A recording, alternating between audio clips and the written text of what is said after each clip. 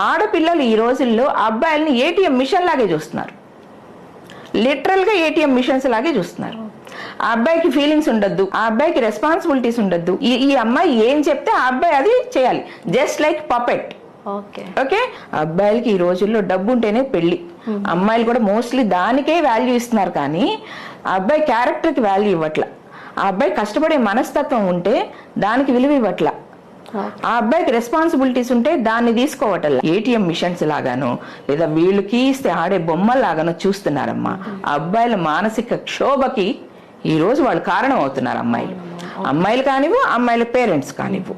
ఇది వరకు రోజుల్లో అమ్మాయి పేరెంట్స్ ఎప్పుడైనా సరే అమ్మాయి వచ్చి నాకు మా హస్బెండ్తో గొడవ అయిందమ్మా, అత్త మామలతో సరిగా లేదమ్మా అంటే, అమ్మ అలా గొడవ పడకూడదు, ఇద్దరు కలిసి ఉండాలమ్మా ఇలా చెప్పేవాళ్ళు.